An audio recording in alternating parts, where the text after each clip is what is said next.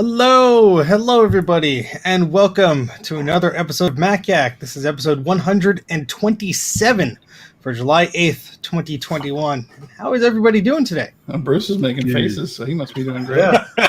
Well, Bruce was dancing to the music too when Put something in while my it was tea. We need something. Yes, I think we've all had something in our tea this week. Oh. My goodness. So how's everyone doing today? It's raining here. You're going to probably be getting a lot more of this stuff later, Steve. So No, thank you. We've had enough bad weather this week. you're getting the remnants of Elsa after More we coming. Well, if anybody could guess, I am hosting. Oops, I almost pulled my Mac Pro off the desk here. I'm hosting today, and GT is helping me produce. So thank you very much, GT. I got to put on my headphones, so I'll be right back. Okay. Any cool things that we've been messing around with this week, or anything before we get to some of our topics? I got a new MacBook that I'm sending Jay to see if he could fix that Steve called dibs on already. See, I call dibs on it. That means it won't work. Yeah, it probably won't. And Jay's even said he's had a bad track record of stuff I've sent him. So. I have. Well, you sent me the worst of the worst. Oh my goodness. So Mike is unavailable. He's busy doing other stuff today. So all of his cats are currently scrambling over who's going to sit on his chair. So Should I share the thing that I bought today? Oh yeah. Yes, you bloody should. You better. Bloody should. So Dana is making all the steals today and finding all the goodies.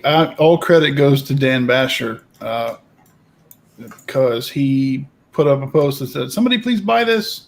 I'm trying to figure out how to share. Well, in the meantime, I got a new streaming Mac, so that's my little bit of news. So I'm even more professional than before. Does it have a PowerPC chip?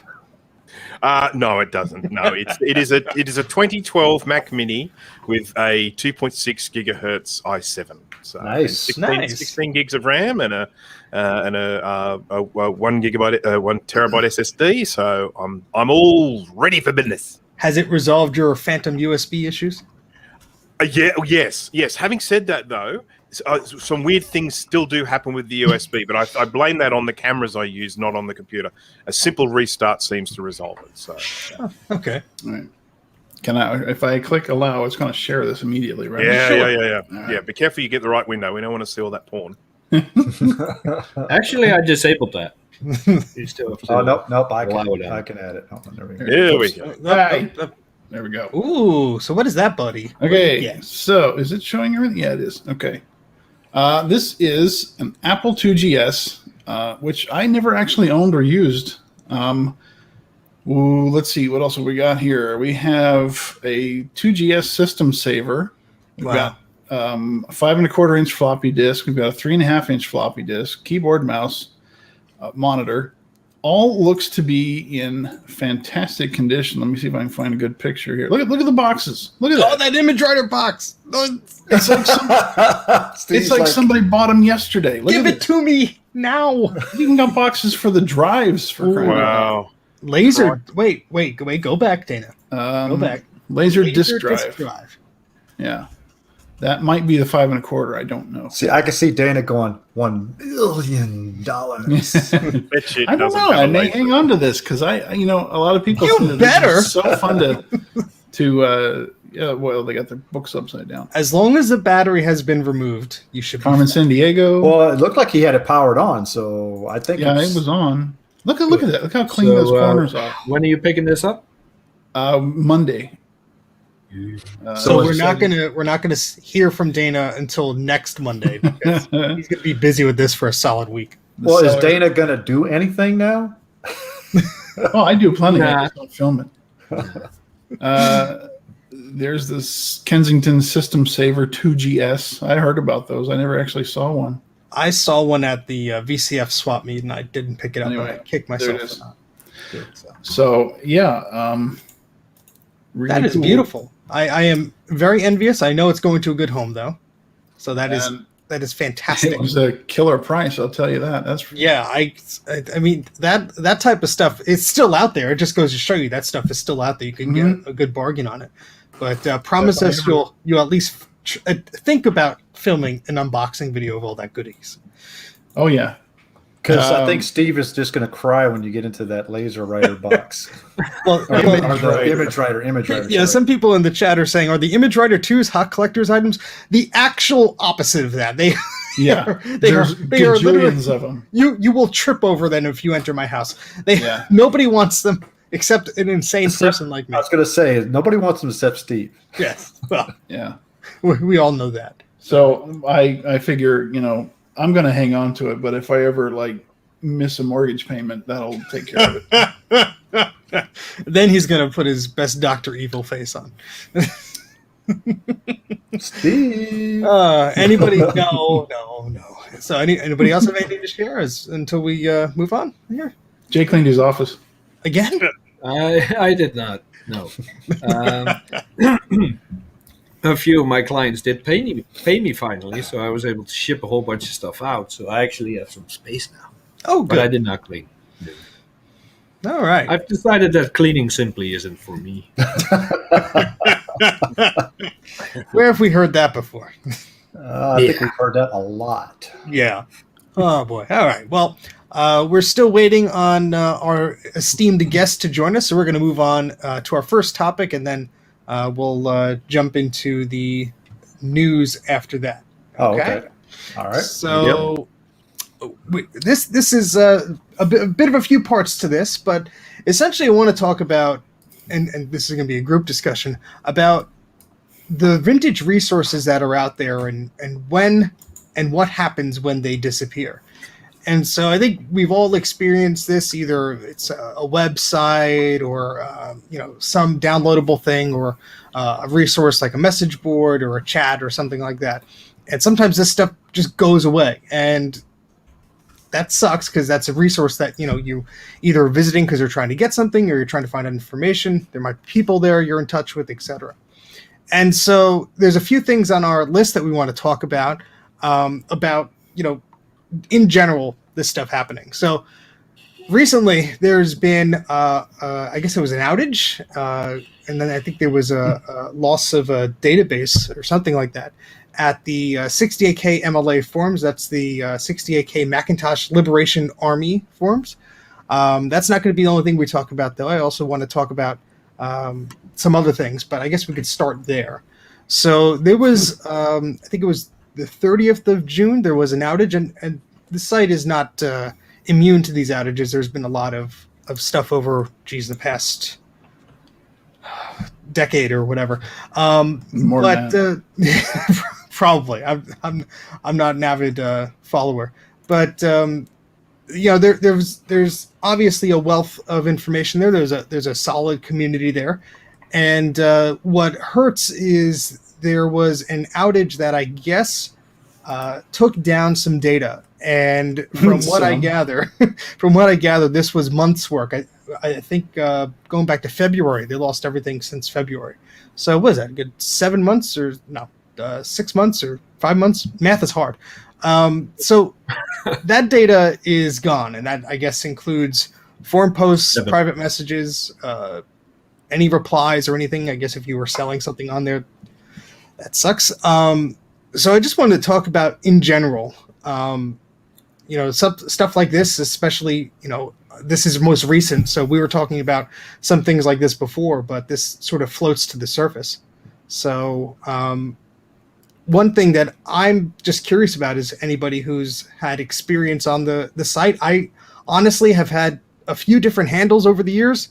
I can't even recall them, but in the early 2000s, I was on Mac Rumors, I was on Apple Fritter, I was on this 68K MLA forum, and the people there, the community there has always been always nice, and everyone always seems to be helpful. But it stinks to lose that, and it stings. And I know by looking at their Twitter and reading up on some things that it's not the first time that unfortunately things have happened. And I'm not here to say but what do you guys think? Yeah, you are. Come on. That's why you have me. I joined that site in 2007, and I cannot count how many times this has happened particularly when important data gets lost, and then they just say, "Well, we're really sorry, but it's gone." And this last time, there's some stats here. They lost. I'm pulling up the page here. They lost around 100,000 posts due to this latest outage. That includes DMs. That includes chit chat. That includes sale posts, buy and sell, and that includes the projects that some of the people who frequent this site, who frankly, the site doesn't deserve, in my opinion. Guys that put these big projects together and spend a lot of time and expert engineering skills building for the community. And then this happens, and basically all they can say is, we've determined that it's not reasonably feasible to recover the newer posts that got lost. Not that it's impossible, but that it's not reasonably feasible.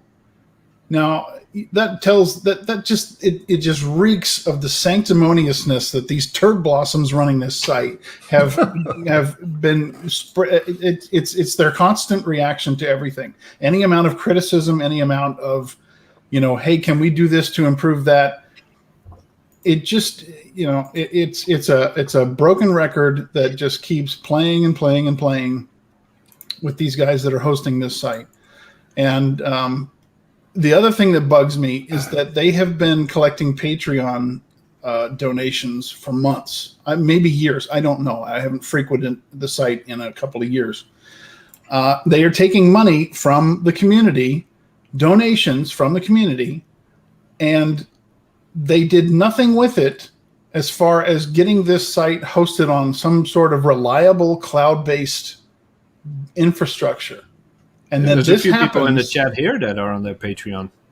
Yeah, I saw that. I think Ron said that he was giving them money for a while. Yeah, and Sean too. Sean too. So this happens. They lose all this information, and then they go to do something. They spend a little bit of that money, but it's lost. The data is lost, and they're not going to do anything to try and recover it. It just bugs me because it's happened so many times before. And the way these guys react when this kind of thing happens, oh, sorry, the data's gone. We really didn't come to this decision lightly. You haven't come to this decision lightly about a dozen times that I can count. So it is worth mentioning that this stuff is actually hosted just in someone's house. Someone's basement. Ultimately, we're not talking about some sort of cloud solution here. And the problem is that I see is to do with their response to a lot of the criticism and some of the 68K MLA community response to it. Now, I've got a little analogy here, so give me a little rope here. But let's just say, for example, that I own an Apple Lisa. These things are very rare. They're worth a lot of money. They're very collectible. There aren't that many of them out there. And if I've got one and it's in perfect working order, let's just imagine that I do, but I don't, unfortunately. But imagine that I do. Now, let's say I take that Lisa out in the backyard with a sledgehammer and smash the crap out of it till it's in pieces and doesn't work anymore and is absolutely unable to be put back together again. Now, it's mine. I can do with it what I want. I paid for it. It's mine. I own it. It's my property. I can do anything I like with it. But I have to accept that I am going to cop criticism from collectors saying, "What have you just done, you idiot?" And this is one of the problems. This is one of the problems I see with this. Ultimately, 68K MLA is valuable. This is something that is totally valuable. And the people who own it, who have been mistreating this valuable thing, are not open to any criticism. They become essentially like, it's like they're defending some sort of religion or something like that. So, it's like, oh, there's no way you could get two of every animal on one boat. And it's like, smite them, and so, they've basically been driving this car with the engine light on for the past 10 years and absolutely nothing is being done about it. And of course, when it breaks down, it's just, sorry. So that's kind of how I feel about it. I mean, it is their thing. They can do what they want to it.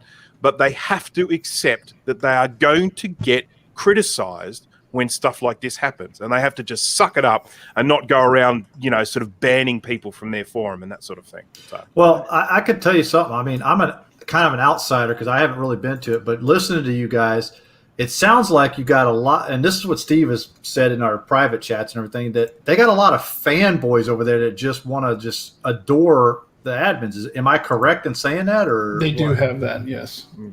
It's very annoying because, it just in what I was looking at today, a lot of them have only been members of the site for 2, 3, 4 years. Those of us who have been around for over a decade or more. I mean, the site basically opened in, I think 2001, and I lurked on it for a number of years before I actually created an account. I think I created my account in 2007. But I mean, yeah, when this kind of thing happens, you see all these people, oh, thank you for this. Thank you. You guys work so hard. You guys do so much for this community. And there's been so much that's happened in the past that could have been avoided had they properly hosted this site, had they properly, done their backups. I mean, they back up, he said in the post there, they back the site up monthly. Monthly? It's not 1997 here anymore. They lost 100,000 posts that were made since February of this year. So, it reeks of incompetence to me. I think, GT, I think what the words I was using was, I think everyone is complacent. I think that is sort of where it is right now. I mean, I will be honest, I have not been an avid user of their forums. I've been on the IRC, I've been on their forums. I probably have like 3 usernames I forget the passwords of. I haven't been there in a while, but I think as a lot of us, when you hear, oh, it's down again, or you try and go to the site to find something, you hear, oh, it's down or whatever. It's sort of like a running joke almost at this point. It's like, all right, well, it's down again. And it's like, when it's down, it's down. That's fine. They bring it up, whatever. I'm not running the site. It's not mine. But I think what this recent outage has brought to light is all of the individuals who contribute to this community and have their work on there or have interactions on there. Like, Sean was saying he had direct messages from people and stuff like that, and that's gone. That hurts, and it's not. I don't think it's a matter of saying or having the attitude of it's a free resource. You get what you get. I mean, I'm sorry, Facebook is a free resource, and yeah, they have their own interests and they make their money off of you by advertisements and all this crap.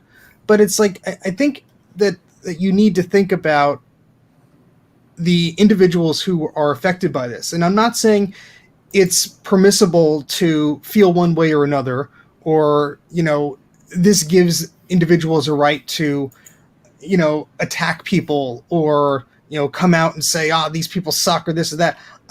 That's your own opinion. You could do whatever you want if you're a lover of the site or a hater of the site. It's not, any of my business. But what concerns me greatly is we have content, we have historical stuff, we have how-to guides, we have genius posts and people schematics. We have, the information that is only on that site.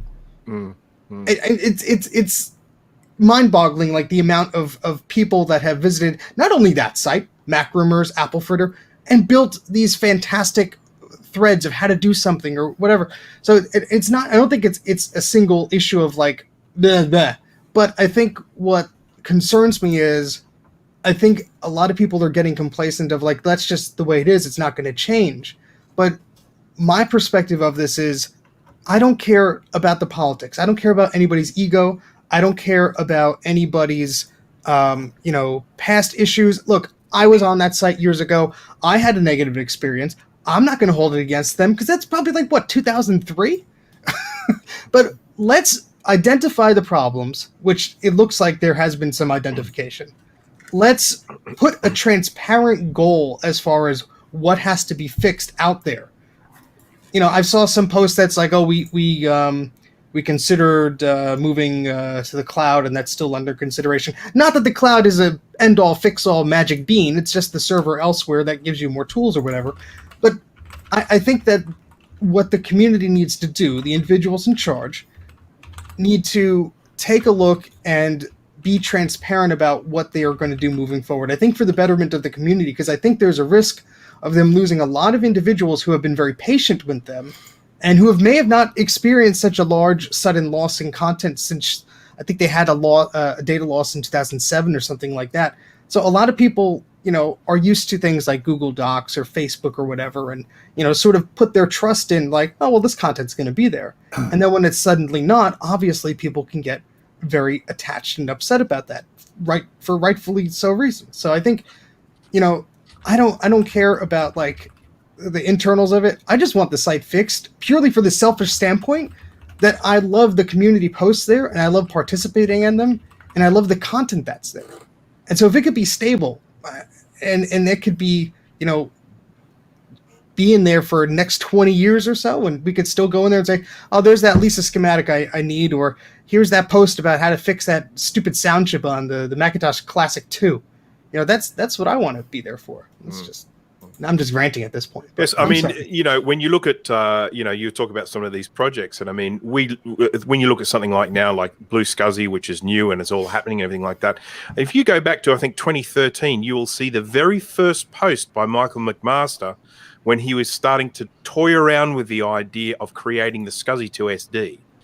And that was there on 68K MLA. You can go in and see him there actually saying to people, hey, I've got this idea of making a hard drive emulator. What do people think about that idea? And then people's contributions and then his early testing, all that sort of stuff. I mean, there is some really fantastic historical stuff there. So anyhow, let's move along. Sure. Yep. So I think what I want to do is I want to talk a little bit about other sites. So Jay mentioned a good one, sites that are no longer there, that don't have the information up anymore, and it's from a big player. I think Dan might be around, so we could add Dan in as Jay gets his thoughts together. Hey, it's Dan. Well, let's welcome Dan, I guess, first. There he is. Here's Dan. My microphone. Let's put Dan full screen if we can, please. How's everyone doing? Oh, God, go back. Oh, I gotta look in the camera. That's right. Hey, Dan, welcome to the show. Oh, that's a good look for you. Let me get my glasses on quickly. All right, that's a meme now on Discord. Yeah. Memes are flying. Charlie, you saw it. Make some memes. So Dan, you joined us here. I just want to give you the opportunity to introduce yourself and tell us who you are and what you do and why you like making funny noises with your mouth. Yeah, of course. So my name is Dan. I host the channel Canadian Computer Collector, and while I may not be an expert, I'm passionate about old Macs especially, and I'm really enjoying the journey, and that's kind of what it's all about. Learn with me, if you will. A little bit about myself. I like to let my hair down once in a while. I enjoy the music of Sade and a good 12-hour Minecraft marathon, just as much as anyone else. Sade. That's one I haven't heard from in a while. Or what's it from Silicon Valley? Some of her older stuff before the compositions became too baroque.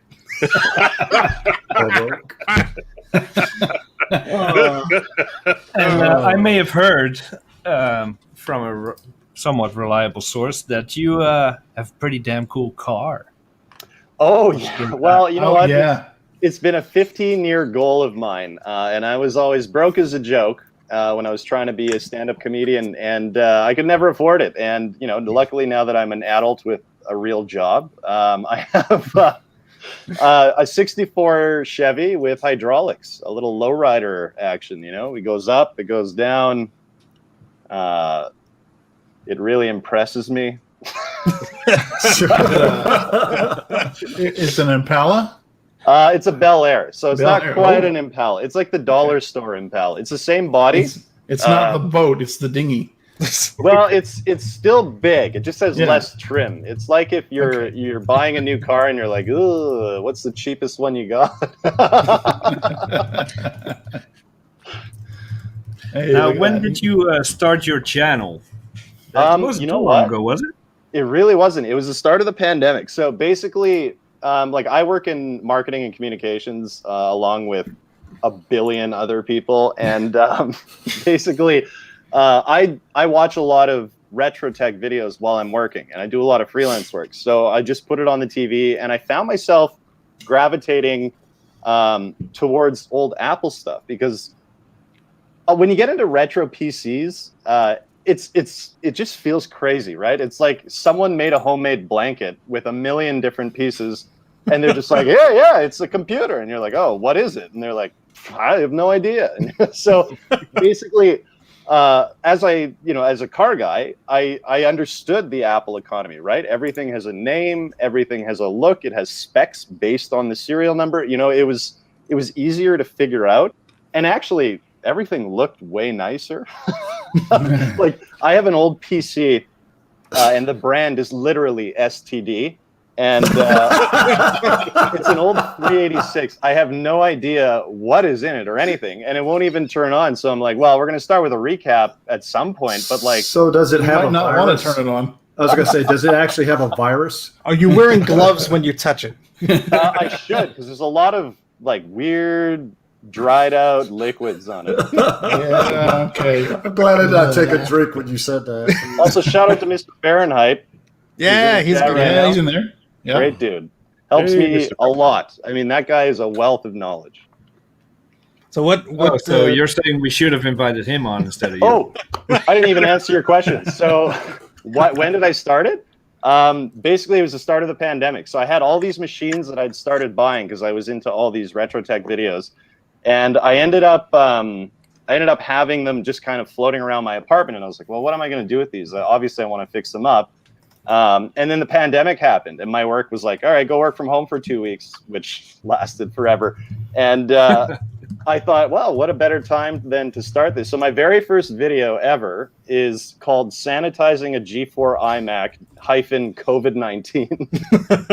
And it's just me sitting there wiping isopropyl alcohol on a G4 iMac that I just bought because I'm like, this could have the virus all over it in theory, so let's just douse it in 99%. Especially if it's been next to that STD PC. Yeah, keep it away from that STD one. Oh god, I keep the STDs on the floor. Thank you. But it's been a blast. It's been lots of fun, and I'm learning a lot. Like I look back at some of my earlier videos. I tried installing OS X on the iMac that I'm using right now, and it took like 6 or 7 tries. And I was like, I don't know what I'm doing wrong here, So there's been a big curve for me, but that's the exciting part. And the next part I really want to get into is into actually working with the hardware, learning to solder properly, because I feel like if I don't, I'm really ignoring a big part of this journey. So I'm going to be watching lots of Bruce's videos. Yeah, I can point you towards some really good beginner's guide to soldering videos if you like. So Yeah, I've heard, yeah. Yeah, because he needs more hits on those. Yeah. I can tell you could avoid anything from 2017 from my channel and just move forward. Well, No, you those know, are precious. you guys do a really great job at that stuff. Like you are the resource that people need. The way I look at my channel is it's kind of like getting into retro tech on a very sort of intro level. So like, while I don't have those instructionals on how to solder and things like that, I think it's possibly easier for just a random person to get into it. I don't know. I could be wrong, but that's a kind good of the time to angle get that into we're it. going at. Yeah, exactly. Trust me, you fill a void. I watch I watch Steve's videos and live streams. I watch Bruce's videos and live streams because I'm their friend. I kind of have to. Thanks, No, Jeff. that's because Jay is It always is- bored, and he always It says, is "Who's streaming?" Boring. Hold I on. mean, This is the guy not a who single- daily. No. Daily Not a at single 7 smile is PM. being cracked. Who's streaming? There we go. Yes. In our messages chat, in our group chat, daily, like sometime around 6 or 7 p.m. So who's streaming tonight? Yep. Comes from Jay. Yeah. See, so now I can start asking him the same thing and actually have some laughs while I'm watching. It's Oh, So Bruce almost burning his eyebrows off isn't enough for you. That was funny. I think Jay and I were the only two that were live there at the time watching that when it happened. Oh gosh. So Well, just in response to a couple of chats here, I just want to say a couple of words. Solder Bondi. Misinformation. Oh, I've got a couple for our American friends too. Semi-truck and pasta. Oh my god. Semi. Yeah, Semi exactly. Yeah, and pasta. pasta, from what I understand. But Yeah. I like the hard A. Well, in England like they call those A? truck stories, and I don't know where the hell that word came from. So Actually, technically, if I was going for the hard A, I'd be asking for pasta. So that wouldn't be very good. You copy it and then you paste it. That's it. copy paste. Mamma Put it in mia, your mouth. pasta. Shut up in your face and copy your paste. What would that make sauce then? It'd be like pasta sauce. Sows. All right, we're gonna throw away our other topics and just talk about pasta for the evening. Yeah, I think we can turn this into something. Would you So- like some delicious pasta? So before we digressed into pasta, we were talking about sites that when the resources disappear, what happened? And Jay had a good one. So I want you to kick that off, Jay, about a site that you thought of. I didn't expect that. I thought you were hosting. Come on. Well, when we were kind of refining this topic, the first thing that came to mind was the Apple knowledge base, the Apple KB. It used to be you could find anything on there if you, with the help of old forums that had links posted at the time, the Wayback Machine, you could find anything on that K-base. The problem was they were hosting that on their own infrastructure on web objects, and that then all migrated to Amazon Cloud and all that stuff. And they simply, literally pulled the plug. The whole thing went offline, and because it was web objects, services like Wayback Machine were unable to capture those pages. I don't know the right wording for the technologies that prevented that from happening, but it wasn't really static content. It was all, so that's lost forever. And it pisses me off because they had so much good stuff about recalls, production issues, links to service manuals. It had everything, and that's just gone forever. And if I would have known that, I would have spent a good portion of my life backing it all up. It's gone.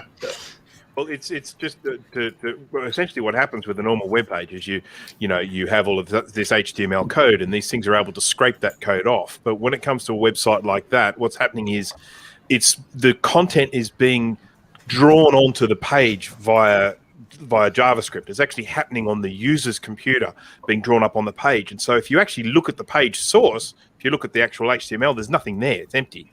It's stuff that's actually getting drawn onto your page. Now there are ways of getting that data, but it's not easy. Yeah, So why didn't you? Well, I only just found out about it. Sorry. Damn it. Well, what is interesting though is to this day there is very ancient content on Apple's page where I think somebody literally forgot to unplug the server because it's still accessible. And this is like, the old specs for like the LCs and the Performas and the Power Macs and all this stuff. And then there's even a page that I found that's like the pinout of the Apple Portrait display cable. Like this stuff is just hanging around there. It's all HTML, a lot of it. But there's still some service manuals there, some PDFs and stuff. Where? They're not in a central place. It's like if you know the URL, it still exists. Oh, but, right. But it's one of those things where there's no index. They took down the old info.downloads archive that they had. Infomac, I think was Yeah, they had a huge download. Thankfully, that is archived on the Internet Archive and other places. But that was like my go-to bookmarked page when I was like messing around with these things in the early 2000s, because anything you needed, System 7.5, a new version of Open Transport or whatever, it was there. You just had to go to that site, you go there, you download it, and it's done. But there's still a Quadro 950 that's probably sitting in a closet somewhere that somebody forgot to unplug. Hey, feature Patar's comment there, Steve. That might interest you. Well, I'll let GT do it. He's the one supposed to do it. No, that's Jay. If anyone wants an old Apple archive of software, I have a full dump of it before it was obliterated. Now, Patar, is that the FTP download? That's also on archive.org, or is that a different one? Either way, I'm drooling, so thank you very much.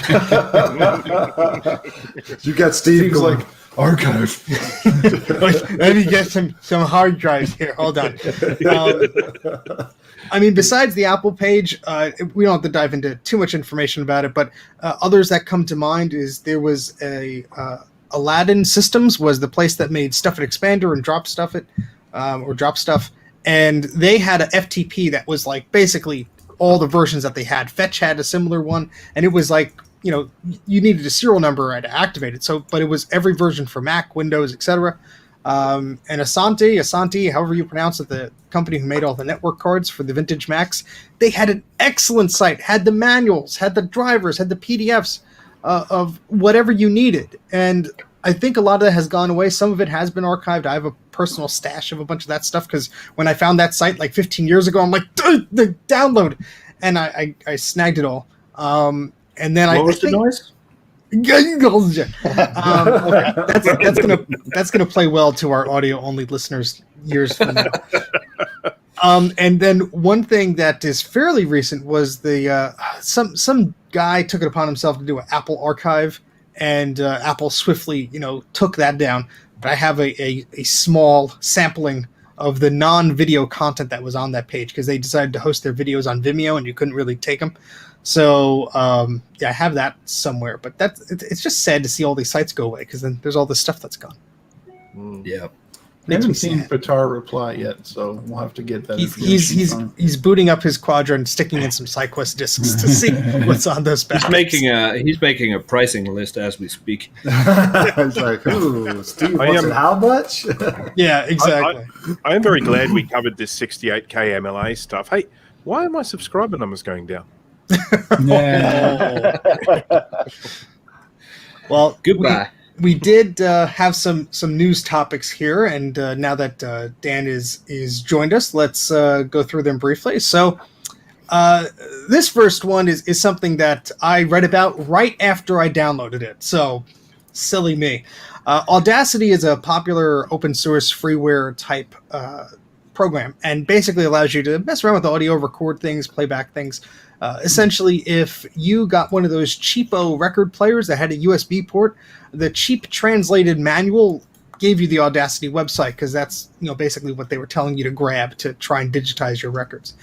And so the issue here, as I understand it, is a new arm has taken over Audacity, and they are apparently, from what I understand, spreading spyware and garbage through their software now. So you have to download a previous version in order to evade that. Apparently it affects multiple versions. I'm not sure if it's on the Mac one or not, but something to be aware of. Of course, I downloaded it. I downloaded Audacity because I was trying to...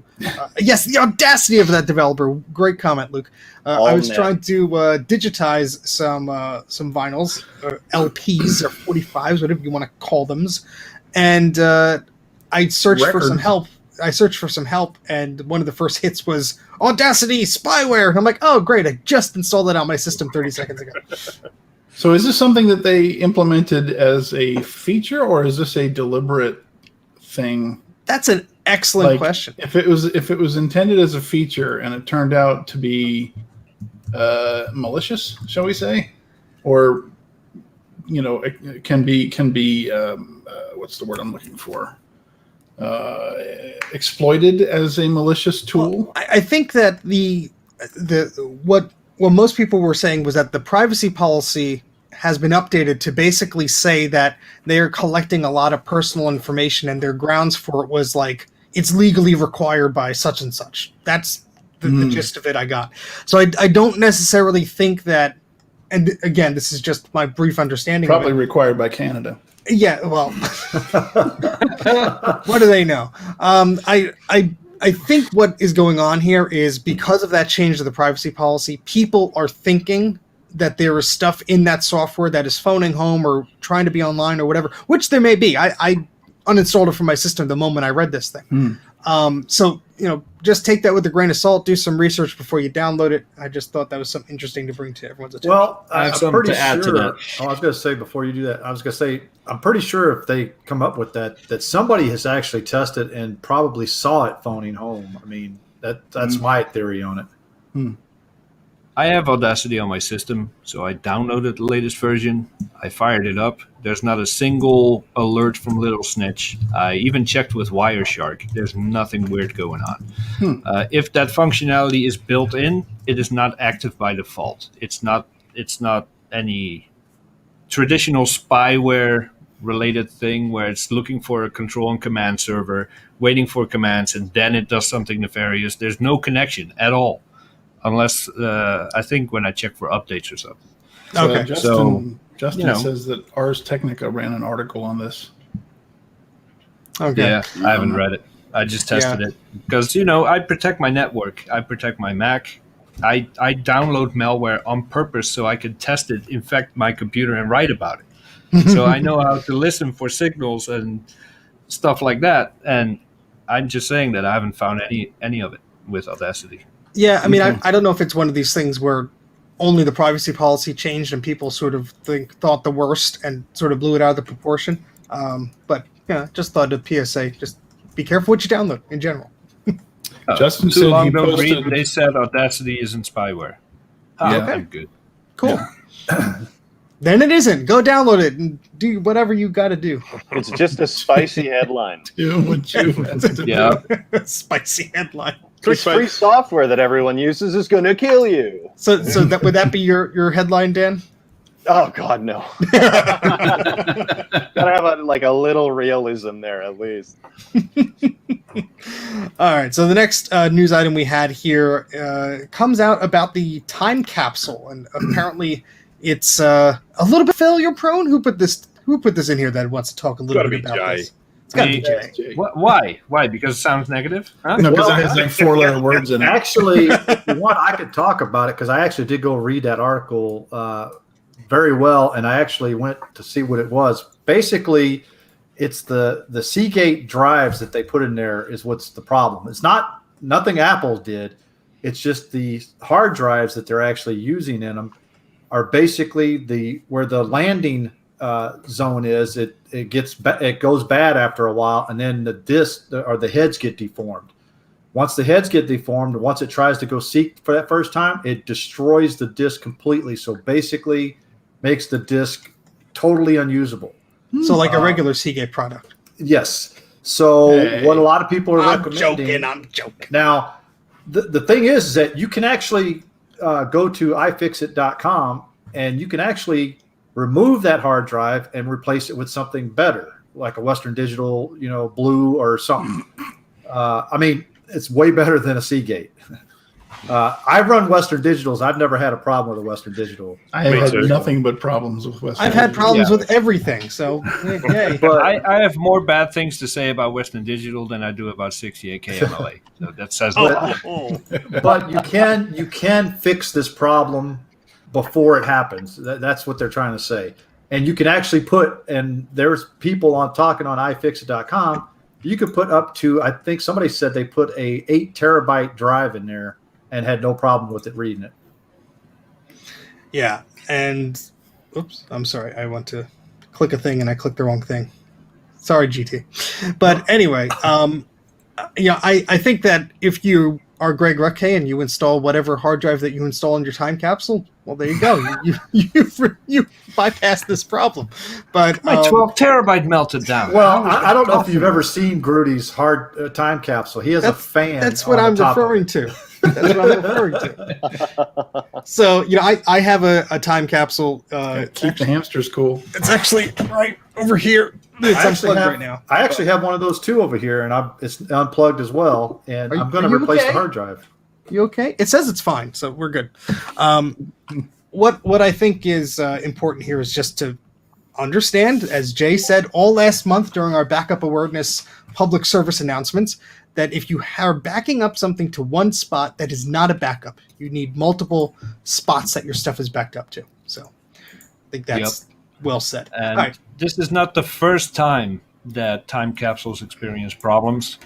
Years ago, there was not the tall time capsules, but the flat ones. They had the same thing. Drives dying all over the place. And when you cram a mechanical hard drive, regardless of the brand, in a confined space with no ventilation, no moving air, nothing, you're going to be asking for trouble. And I do not blame Seagate for this, because I'm pretty sure if you would have purchased 100 time capsules from that batch, 50 are running inside the time capsule, 50 are running into an enclosure with proper ventilation. I will bet you that the 50 that are running properly cooled would still be alive today. All the other ones would have failed. I will put money on that, a whole 50 cents. I got 50 cents here. So Dan, if you ever find any time capsules while you're spelunking there, let us know the condition of those hard drives. I don't have a time capsule. Actually, I have one of those flat ones, one of the really old ones, but there you go. Yeah. I don't have one that is erect, one might say. All right, we just got demonetized. So. No, it's just aware of itself. No. It's very excited. All right, I so think the I next, got demonetized when I said turd blossoms. no one's going to listen to the show anyway. Yeah, All we right, expect so- no monetization here. The next final news story, is a story about Steve Wozniak, and obviously, spoiler alert, he supports right to repair, or at least he's saying he does. I don't know if that's a spoiler. I mean, that's... I'm being sarcastic. He's being sarcastic. I mean, let's face it. He's a tinkerer from way back. Oh, I know. Exactly. There we go. Yeah, he's a tinkerer at heart. Obviously, he thinks soldered on things that should be easily repaired and accessed is silly. And so basically what happened is there's this site called Cameo, and you could pay celebrities or anybody to say a birthday message or whatever to somebody. And so Louis Rossmann, who has his own repair YouTube channel thingy, basically paid for a cameo of Steve Wozniak, and his, I guess, instructions to Steve Wozniak was asking him the question about his thoughts on right to repair. And so there's a interesting link there that you guys could put in the chat there from the notes that has the video that he uploaded of his cameo, I guess, from Steve Wozniak. And he goes into a lot of detail about why he thinks that it's time to recognize, right to repair. And, I think all of us here agree that that is an excellent thing. I know we've talked about it many times before of, these companies like Apple or any others restricting the repairability or the upgradability or the serviceability of their products by either soldering them or gluing them or putting these tamper-resistant things in there, or simply refusing to give an alternative to an Apple official repair. So I just thought that was an interesting piece of news. How long a video is this? Can we share it? It is a 10-minute video. Oh, Jesus. So it's a bit long, so that's why go to the website that you put there in the comments. Okay. Yeah. And you watch Steve Wozniak. Always a pleasure to talk to him. So you could act like you asked him a question and he's speaking just to you. Steve, tell me about I've kind of come around on the whole repairability issue because it's just too exhausting to keep up. I am now all for thinner, flatter, lighter, no air circulation whatsoever. I wanted to throttle the second I put my password in there, and I think that approach is just going to make it all a lot easier. I think Jay's having a it gives stroke. you more work. I think Jay is having a stroke. I think you I did not receive money from lobbyists. You just described the Intel generation of MacBook Pros. Yeah. Oh Pretty my much. God. I bought a late Verbatim. 2013, and as soon as I put my password in, it was up to like 87 Celsius. And then as soon as I opened like anything, like if I opened Finder, it was almost hitting 100. So I went and I changed the thermal paste, and then that made like very little difference. I ended up selling it. But, speaking of repairability, I replaced the battery on that thing. Oh my God. Dan, you should try it on the 2015 I did, because those are exactly the same. They're glued in. Yo, it's terrible. Yeah. I had to use twine dipped in 99% ISO and then saw back and forth behind each cell. That's a good My tip. Lord. That I didn't think about that. I used Yeah. If you puncture it, you'll get a nice surprise. Well, and you know what? It's funny. So I tried to order the repair kit from iFixit that comes with that glue killer stuff, and they don't ship it across the border because it's a dangerous chemical, apparently. So I was like, all right, let's do the caveman method then. I have something here for you right quick. Why is that on your desk? I used to have 2 of those floating around Oh, for like Lord. 6 But months. it's got like a pillow. Yeah, which one? don't This one's squeeze it. pillow. Don't squeeze it. What you should do is, if Man, you grab, you can hit those cells with a hammer and nothing will happen. Yeah, it's not gonna. Yeah. Nothing's gonna happen as long as you don't puncture it. You want to do a demonstration, Jay? so okay, you I don't you have enjoy any. this. I ended up buying a 2012 MacBook Pro from a guy, same era, like not the unibody but the Retina. And I said, "What's wrong with it?" He goes, "Oh, it won't turn on." So I pull the back off. I noticed he sliced down the center of one of the battery cells. I'm like, Oh God. what happened here? He goes, "Oh yeah, it was bulging." So I read on. So I was like, I hope you opened a few windows. Like, oh my god, He's just letting the excess pressure out. Well, yeah. Like nice guy. He just didn't know any better and made a massive mistake. Well, the funny thing about that battery was, and when I got it, the computer was still screwed on and everything. Didn't look like anything was bulging. As soon as I took the screws out, it went pop, pop, pop. You know, the back just kind of. I was like, ooh. I'm like, this thing has got puffy batteries in here. Spicy pillows seems to be the Yes. nickname everyone Yes, has. spicy a pillow. They're so wide from all the spice. That's a spicy meatball. We covered all And, all of our news. Anybody want to touch on I have anything one more before we move thing. on? Because I can. Speaking of throttling, well, 10 minutes ago, someone posted on one of the Facebook groups that he ran his 2019 Intel MacBook Pro and his M1 MacBook Pro. The Intel, and it was like 95 degree inside a barn somewhere. Like, how do you get power and what? Doesn't matter. But his Intel started throttling as expected because they run 100 Celsius just looking at him. And the M1 shut down. Now, he didn't get temperature readings of how hot it had to get before it shut down, but I think that's something to keep an eye on. I'd like to know those numbers. Was it an M1 Air, like without the fan? No, Pro. Wow. Okay. Now, how much hay was shoved in the vents of that if they were in a barn? That's what I Not want to much. know. Not much. There was airflow. Minimal hay. Minimal hay. Mostly alfalfa. It was fine. All right, good. So we have some exciting things to talk about here. So the next topic that we want to talk about is pie in the sky. You know, your ideal workspace, your ideal desk space to tinker around with, your ideal setup. Let's say you bought a whole barn or basement or a loft. Let's talk about pie in the sky here.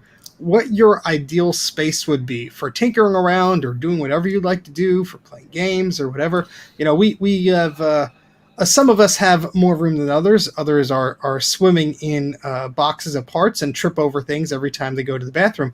But others, Speaking of experience, there. but we could dream.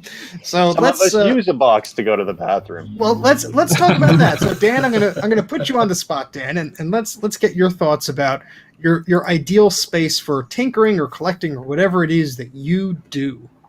Yeah. Are So you kidding? He has it. Look at that. So I don't know. I can get a shot up top and then a shot down low, and that's like most of it. Oh, But not too low. Yeah, the tape might fall off. ladies. So granted, I have to admit, like immediately, I don't have enough space. I live in a 1-bedroom apartment downtown in our city. And so it's not a small apartment per se, but like I can't, like if I want to have anyone over, I can't just be like, welcome to this giant museum of old computers, so I've shoved it all in like one half of it. Right. So like, at least I can have some sort of facade of normal in where I live. But I would love, to be perfectly honest, a main floor room with lots of space. I got to give a shout out to these metal shelves from IKEA. They're fantastic and they're really affordable. I'd love a few more of those so I can stack everything. Like right now I have extra shelves in my living room that are full of G3 iMacs because they're like they're literally like exactly a boat what I'm anchor. using over here is IKEA shelves. Beautiful, yeah. They actually, and they're metal, right? So they're Yes. rigid enough to handle a ton of weight. The only problem is, though, I tried putting an Apple IIe on the top the other day and then leaned back and then grabbed the shelf, and I was like, ah! It was like the whole thing twisted. So like, I shoved it right back in there. Yeah. Oh, okay. So shout out to Scamperly. That's actually my brother. He's featured in a few videos. 2-car garage with a loft. Yeah, I didn't even think that'd be amazing. Like, that's primo. Oh, yes. I would love that. That would be ideal. As long as it's air conditioned. 8-Bit Guy's got a cool idea in that he built that backyard studio recently. In some of his videos, he's kind of chronicled that. I think that would be killer. I think his wife probably had a lot to say about that. Get it out. No, I think that's actually true, because in the videos he does say his wife wants to take over his current space. And I'm like, that's why I said that. It's like, he said she had plans for it before he even moved out. Yeah. I know too that he doesn't accept donated computers anymore, which I was like, you know, like if people wanted to give me classic machines, I'd be like, where do you want, like, what do I have to do, you know? But like, it sounded like his space was at like a real premium there. So like, you know, moving it outside made a lot of sense. Yeah, looking at some of the footage that Ken had from the Computer Clan in one of his videos where he talks about why old computers die, there's a segment where he's in the attic of the 8-Bit Guy's house, and there's plenty of computers up there. So, oh, okay, well then, I don't know. Maybe that not hot only Texas sun. He not only has them in his house, he's got them in the house next door, which I think belongs to his parents. Was it, or his brother, or something? well, he said his brother doesn't live there. I think his parents, because he said he put a He has multiple Ethernet cable locations between for those all two. his stuff, and it's all full. I think we could agree there's never enough room for any of our garbage. Who said there was a comment that just came up about original posters? I got something really cool that someone gave to me when I bought his G4 iMac. It's really neat. I'm gonna go get it. Right now. Yeah. So Dana, what would? Well, no. Where are you going to put your Apple stuff, Dana? Do you have a desk set up? Oh God, I do not know. Sorry to put I really you on don't. the spot. I mean, I was like, that's such a steal. Boom, I'm contacting the seller, and then I was like, where am I going to put this? You deal with that later. I mean, I assume that when it all gets packed up, it'll be in the boxes and whatnot. But yeah, I don't know. I'm gonna have to have to do a little consolidating, I think. Okay, a little show and tell. Huh? Yeah. Ooh. We're like the minions. Steve's drooling. That's the permanent poster. Yeah, it's not bad. It's missing one chunk out of a corner though. So I was thinking I'd mat it over white or something, and then get a thicker frame. Yeah, exactly. Why is this frame 5 inches thick all the way around? That's how it came. Yeah, it's original. Stop asking. All right, so Dana, you were talking a little bit about what you may or may not be able to do with your Apple stuff that's coming. But what would your ideal space be, your setup, if you had unlimited resources and materials and whatnot? Oh man, you know what? That lab that they showed during the Apple keynotes. Give me that. That's hard to top. But more of a vintage motif, I think. I mean, I still want the wall of 40 Mac Pros rack mounted, but yeah, that would make one hell of a Plex server. That uses? That would be the best Plex server. The Plex server. Put Netflix. Yeah, it'll be done playing by the time you hit play. Well, whoa, that's fast. Yeah, render farm. Oh, come on. It's like that Family Guy joke. What is I can say all 50 states in a 16th of a second. That's what your rack servers will be doing to video. So GT, here, encode every video or every movie ever made. It's done. So Greg, what would your ideal space be? Your ideal setup if you had it? Oh man, well, I just built a new place, so that's kind of hard to do right now. But my ideal place would be something similar to what Dana said, something like that big lab. But I would like to have like a detached house or something like the 8-Bit Guy has, but maybe a whole lot bigger than what he did. If I had the property to do it on. Now we all know Grudy should do that, but he probably won't. But Grudy has this great big house with all kinds of room for everything, and he doesn't do squat with it. Exactly. Well, he still relies on Wi-Fi from his main house to his other house. Okay. Which, well, it's still being wired. I mean, come on. It's only been a year and a half, so. Yeah. Come on, guys. But anyways, my like I said, my dream would be to have something that huge that I could actually put rooms in to make different rooms for different projects. You know what I'm saying? Yeah. Mm-hmm. Yeah, that would be cool. Have this room with this stuff, this room with that stuff. Mm-hmm. That would be neat. What about you, Jay? Have you guys ever seen the TV show Warehouse 13? Yes. Yes. Oh my God, yes. That's a little That too would be big. my though. setup. That's a little too big. That will be my setup. A place where you walk in, you flip a switch, and you have to spend 10 minutes waiting for clink, clink, clink, clink, clink, No, all the no. lights to turn on. I'm That's thinking. it. I I'm just want thinking. an infinite warehouse full of desks and a tight hardwood or concrete floor so I could just wheel around between desks. That would be, and pegboard everywhere. I'm That would be thinking. my That dream setup. everyone ever see that scene in Indiana Jones at the very end of Raiders of the Lost Ark? Oh, the warehouses, yeah. Yes. And all the boxes. Yep. Yeah. What's that? Oh. All right, Bruce, what about you? I just need more space. I just need more space. I just need more space. It would have to be. Thank Oh, you, Patrick. goodness me. My Wow. goodness, Patrick. Way to Oh. upstage me, goodness sake. We need a sound effect for that. Wow, there we go, Patrick. We really do. I just have to say we are not affiliated with that forum, so those funds are unfortunately sticking with us. But we will archive our own stuff. How about that? We can archive. That we can do. We can indeed. So one of the big problems I have at the moment is I don't even have anywhere to keep some computers permanently set up other than the ones that I mainly use. So I would like to have a bench where I can keep, maybe 3 or 4 vintage Macs up and running, a few compacts, and mainly for testing and repairs and stuff. I'd like a section for my workshop where I have room for all of my stuff.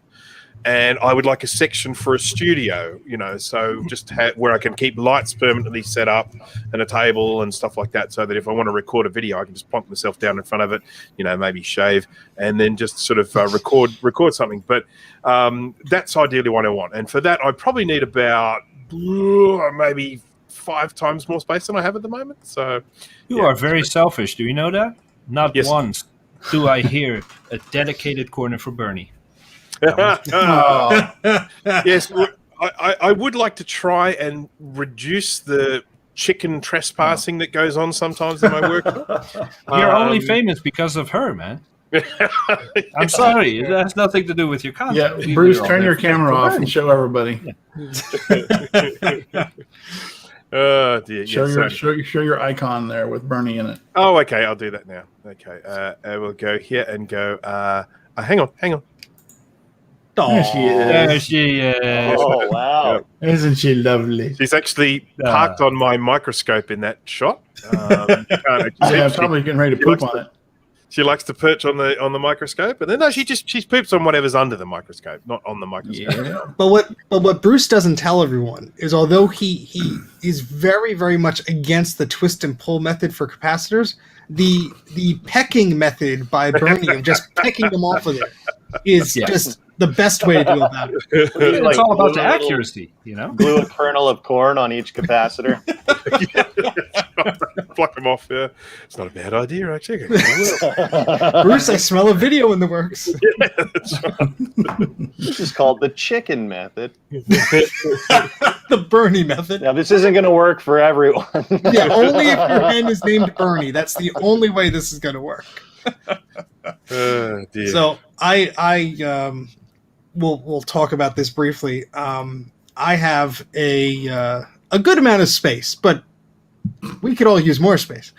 And I am sincerely not utilizing it the best I can. And there are methods I'm going through to try and make sense of all this crap behind me, and this is just my office. I was going to say, just look at the desk on your right there. You'll notice that there's an Apple III monitor just sitting there for no reason. But anyway, what I would love to do is to set up a space where not only things have storage space, but things are available for tinkering or just displaying and stuff like that. And I want to give a shout out to this YouTube channel, and he's been featured on the Retro Maccast and stuff like that. So I'm just adding my screen here just to give you guys a look of what this guy's setup is, because I'm insanely jealous of it. And so this guy, his name is Jeremy, and he has an excellent YouTube channel, and his YouTube channel name is Jeremy's Retro Bar, and he does a little thing where, thank you very much, Trina. That is greatly appreciated. Thank you, Trina. Sorry. And so what Jeremy does here is he has a section of his videos where he does a little recipe about a drink, and then he geeks out about whatever. But in this video that he is doing here is sort of showing off his collection. Look at that. The sheer amount of space. I mean, you may be looking at this picture and be like, yeah, that's a nice setup. Let me tell you, to look at a 17-inch or a 20-inch, I think that's a 20-inch Apple Studio CRT monitor directly behind his left arm there, to realize how small that is. I know the camera lens probably adds a little bit to it, but that's a heck of a lot of distance. You can see the color. It's easy to set up a space like this. That basement or whatever it is the size of my house. Yeah, exactly. So there's obviously there's a huge amount of space there, which good for them. I am insanely jealous of how those machines are in a row. I think that is fantastic because you have every era or type of system that you want there. I think that's the way to do it, because in my basement I have these little desks and they sort of make a U shape, and it's like I feel like when I'm pulling the mouse from one thing, the floppy disks from the stacked on the other side are just falling all over the table. But anyway, I love the lights. Yeah, the lights are cool. The setup is cool. So that was just a quick shout out. Can we be honest for a second though? Go ahead. Dan. I was just going to say, if anyone spends much time on Vintage Apple on Reddit, there's that gentleman from Dubai who has the most incredible setup I've ever seen. Yeah, Jimmy's got really, really good stuff. Yeah, that's another space that I just drool over, because it's just like, all the machines have a spot, and your SCSI cables aren't tucked between 15 different LCs on the table. The rainbow glass doors on all the shelves, it emulates the Apple rainbow. Like, man, that is well done. Yeah. That guy's got to have some coin. Where's my hand? There it is. Hey. Yeah, I've seen the picture. It's pretty crazy. He is in Dubai. I mean, yeah, that's true. But I do want to point out that we're all saying, we want more space. We want a separate room, a separate house, a separate castle. I want what that guy has. Make no mistake. And I speak for all of us, even Dan, even though I don't really know you that well yet, I'm just going to say it. None of us are capable of keeping it that clean and organized. We would still trip over stuff. We would still lose stuff. We would still have complete chaos in whatever space we have available. So there's stuff on the floor right behind me. There's always stuff on the floor. Case in point. There's either cats on the floor, or computers on the floor, or dogs on the floor. That's the floor is for. That's for that stuff. So I actually have a bunch of crap on the floor right now. I mean, it's what did all you over. You just let it hit, you let your dog just crap all over the floor? No, it's electronic crap. Oh, okay. You let your dog eat? Dog's crap electronic? Is that what we're talking about? No. Dan's got an STD on the floor. So. Yeah. A dirty one. That gets everybody over to your place. If I'm lucky. If I'm lucky. They see that, they're out of there. No, thank you. Ladies. Oh boy, yeah, I'm supposed to be hosting here. Okay, so let's see. The next topic that we had is related to iMessage or whatever message service that you use, whether it be Snapchat or Facebook or whatever the heck you use to communicate with other people. And Mike, thank you very much for the super chat there. So Mike lives on from beyond his seat, wherever he is. But he's infecting us with DOS here, so I think he's trying to rile up Dan's STD PC here. He's trying to hack into it. But the topic we're going to talk about next is about iMessage or other messaging platforms where you have the option to enable read receipts. And basically what that is it will tell you the moment somebody else reads your message. It will say the message was read, or it will say it's delivered and then it was read. And it's basically a nice little notification thing that is optional. And depending on the platform, you either as a reader have the option to enable or disable that, and the other person reading your messages has to enable or disable it in order for this functionality to work properly. But I guess the topic is, do you use them? Why? Why not? I personally think they're left on by default, or I have turned them on in the past, and I really don't pay it any mind unless I really need somebody to respond back to me urgently. And I think then we all just go into that panic of they read it 50 seconds ago. Why have they not responded yet? So that's my people like that. People like that is exactly why for some people I keep it off. I mean, look, I'm in two minds with this. If I'm talking about family and friends, I've got absolutely no issue with them seeing when I've read the message, because generally I'll respond to them in a timely fashion, and I like to see when they've read what I've done, and that's all fine. But then when I get a message out of the blue where someone says, "Excuse me, I have a Macintosh Color Classic and the sound doesn't work, can you tell me why?" I don't want them to know that I've read that. I want that to sit there for indefinitely and go, "Oh, I've been so busy, I haven't had a chance to read that," rather than them knowing that I've read it and they have ignored it. Dan? I'm just blocking the You probably cat. shouldn't have told us that. All right, make Dan full screen. We got to see that. Okay, There, he turned around. What's your PD's name? This is June. Yeah, and Winslow is the other one. He's just having his snooze right now. No.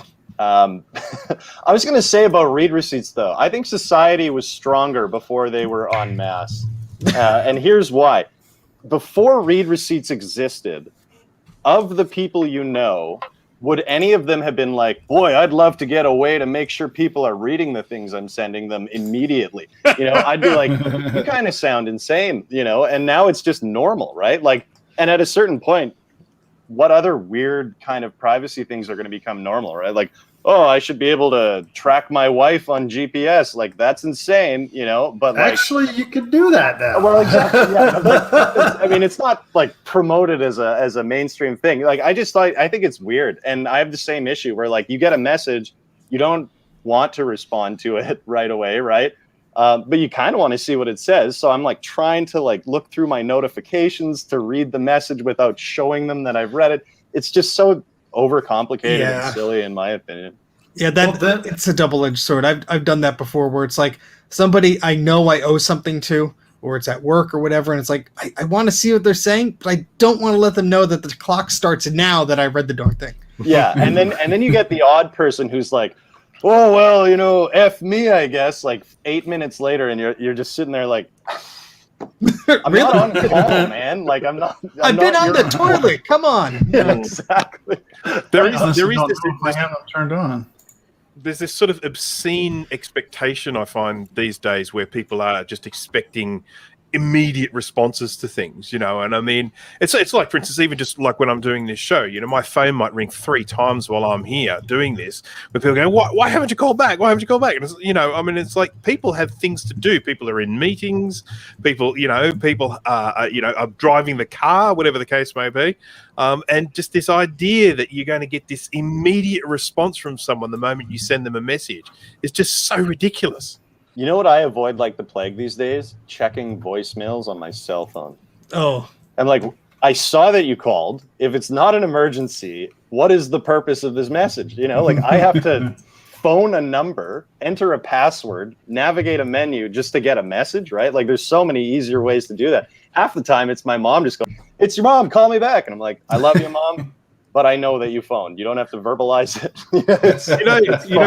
The phone is just, I just think it's this horrible thing. I mean, I liken it to, if you just imagine you're standing in a group of people, right, and you're all having a chat. You're just or even just one person. You're standing there having a chat to someone, and you're just talking away. It's all going, and then someone walks up to you and starts going, "Hey, hey, hey, hey, hey, hey, hey, hey." I mean, it is the most impolite thing you can do. It's sort of Mom, wait, Mom, yeah, mom, Mommy, the, Mother. But this is exactly what a phone does. I mean, you will be in the middle of a conversation, your phone starts ringing, and it's like, oh, excuse me, I've got to get this. Why? Why do you have to get this? I mean, why is that call more important than the conversation that we're having now? I mean, it is, it is just so obtrusive. It's, I mean, I hate phones. One of the things that I think I hated doing was getting my mother-in-law to learn how to use FaceTime. That is probably the worst thing ever, because now she won't ever call my wife by voice. It's always FaceTime. And if she can't see, her, she's like, "You're frozen. I can't see you." Or, because if it's a bad connection, because FaceTime requires a lot of bandwidth, but she gets mad when it doesn't work properly. I'm like, it's just video chat. Come on. Going off script for a second, is it in the current day and age? Me growing up, you did not call someone's house after a certain time. That was rude. Yep. That was impolite. You would wake them up. Is that still the case? Because I have no problem calling someone at 3 a.m. If you do not put on Do Not Disturb, you're the idiot, not me. So is that acceptable, or does the old etiquette still apply? I think if there's something that's urgent, like if it's truly urgent, if it's not like, oh my God, did you see the new episode of blah blah blah? Like if it's something urgent that you need to contact somebody about, just screw the time. Who cares? But on the other hand, it's also like you have to know your audience. Like, is the person you're calling a night owl, or is there a chance they're going to be awake, or is that person dead asleep and you're going to wake them up and piss them off? Yeah, I mean, look, if I'm going to call, I don't know, my sort of, auntie and uncle or something like that at 10 o'clock at night, they are going to think something's wrong. Yeah. When that phone starts ringing at that hour of the day, they are going to think that there is an emergency of some description. So, Okay, This is awesome. Sending an email after 11. So what is she doing checking it at 11 p.m. then? You checked it at midnight. Damn it. How dare you? First of all, how dare you? that's the first message in the response. Then a new message is proposed. Oh wow! I think it's also bleeding into this culture that we have with a lot of our jobs now of if you're in this sort of line of work of you always have to be available, and it's sort of this what I find sort of like a sickness, because people sort of wear it as a delusional badge of honor, like, oh, I don't get sleep, I wake up early and I work while I'm driving and I work while I'm sleeping, and it's like you need help. Like, don't put that pressure on all of us to try and do our job and have some work-life balance, and you're this insane person who lives, eats, and breathes the office. It's like, could you take a step back and stop making us all look like lazy people, because you're the one with the problem here. Yeah, it's very true. It's very true. Well, I think the biggest problem today is that the cell phone, ever since the smartphone came out, has become basically an electronic leash now. I mean, everyone has one. Before the smartphone, you never had people sitting there staring at their phones walking down the street. I mean, it was basically... Oh, you did when texting was around. And I never texted until actually the iPhone came out. A lot of teenagers would disagree with you. Oh yeah, the teenagers did. But when I had my Motorola Razr, that was what I had before I bought my first iPhone. I never texted because I couldn't do that T9 or whatever the heck they called it back then. Gross. I could never do that. But my daughters, man, they were like, boom, done. And they would always complain to me because I would never text back, because if they texted me, I would call them. I'm like, I told them, I said, I'm not trying to type all that back because it would take me 20 minutes to type "the," and that's 3-letter word. My dad does the same, and he might actually be watching right now, but I'm going to put him on the spot. I will text him on iMessage, and he will sit in his office or be on the road with his phone, and he never types back. It's like, bling, audio message. Oh, gotta listen to that. He just refuses to type, and it's just an audio message. But I kind of don't blame him. I kind of don't blame him, because freaking voice chat is so stupid anymore. If I'm in the middle of what's it called, supermarket, like, hey, do you need anything? And there's a voice message, and it's noisy, and what? Yeah, just type. But no. Steamed so hams? I hear what you're saying, GT. Yeah. Yeah. You know what? If we're talking about dads using phones, my dad's guilty of the like not giving enough meat on the bone in a message. You know, where you're like, hey, I heard you just got out of surgery. How'd things go? How are you feeling? And he'd just be like, good. I'm glad. Good how? I'm also your son, so like, tell me about it. I'm not an insurance salesman. You know, we have a relationship here. Yeah. It's like Oh, my God, mom. it's funny. I mean, I don't hear from my mom for weeks, and we just assume no news is good news. So, never talks to me. It's funny. Like my dad is almost the same way. Like he'll type things back and this and that.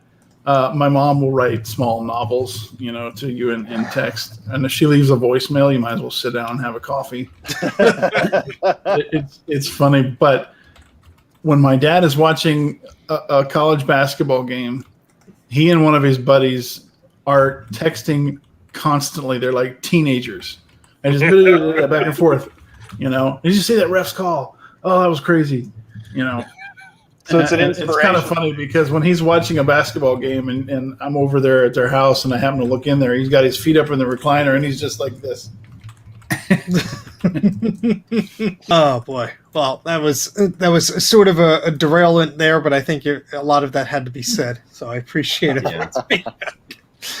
So the next topic we're going to talk about, and this is going to be a running topic that we're going to discuss for a number of episodes.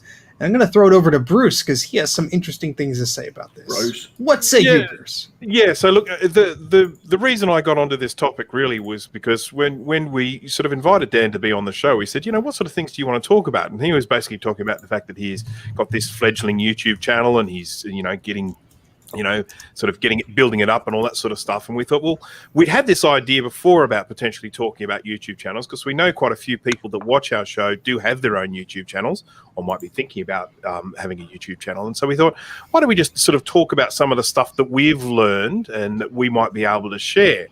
And so I sort of have made some notes here, and it's not really my intention to sit here and just kind of blather it all out. And we will do this in parts in future shows as well. But I just thought that I have some topics here that might, you know, start some conversation in that.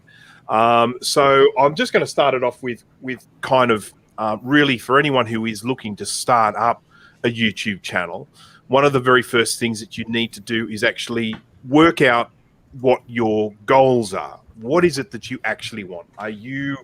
Is this something you're just doing for fun? A little bit of, you know, sort of a little bit of recreation? Is it because you actually have something that you want to say, you want to get out there to the world, that you want to sort of share your message? Or are you wanting to help people, like set up, you know, sort of do some tutorials and some instructional stuff?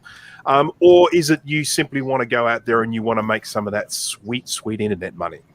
And this is really where, you know, sort of where you have to kind of have a look at this before you set up a YouTube channel, because if you have just purely financial goals, you really have to think about that a lot before you actually set up your channel. I mean, you have to think about, am I actually producing something that advertisers want to advertise on? Because if you're on YouTube and you are making advertising revenue, people need to want to advertise on your channel in order for you to make money. Now, if you're making content that's deemed offensive or too niche, or is it niche? You have to think about that, because you might end up with no advertisers actually wanting to be on your channel, and then you don't end up making that much advertising revenue. And then of course the other thing is that there are other ways to make money than just advertising revenue. You can set up your own things like merchandise, or you can do one-on-one training. There are lots of things you can potentially do sort of to make money from other ways. Affiliate links to things, sort of people buying things on, on Amazon and stuff like that. Yes, that's right. And so you know, and then of course the other thing is that there are some topics which make more money than others. See, for instance, like there are these people out there that we hear about that are like playing games on YouTube and filming themselves playing games and making millions of dollars from it. You know, you hear about this, and then you get all these young kids going, "Oh, I'm going to do that too," and so they set themselves up with a camera and they film themselves playing a game.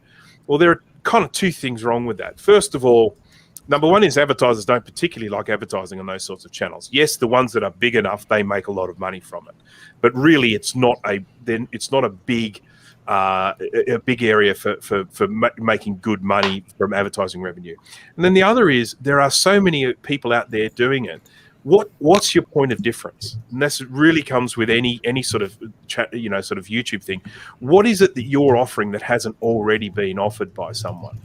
So, yeah, just sort of thinking along those lines, getting a good idea of what it is that you want to do, what do you want to get from your YouTube channel, and then sort of planning out, what it is that you're going to be providing. Are you going to be providing something that people want to watch? And Dan is a really good example of this, because he's there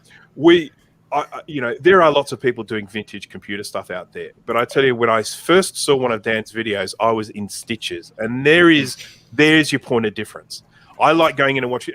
Do I need to see how to install software on these computers? No, I already know all that. But I like watching. I like watching Dan do it because he cracks me up. So there is that thing about do you have that point of difference to make people want to watch? Well, he did say he's a failed stand-up comedian.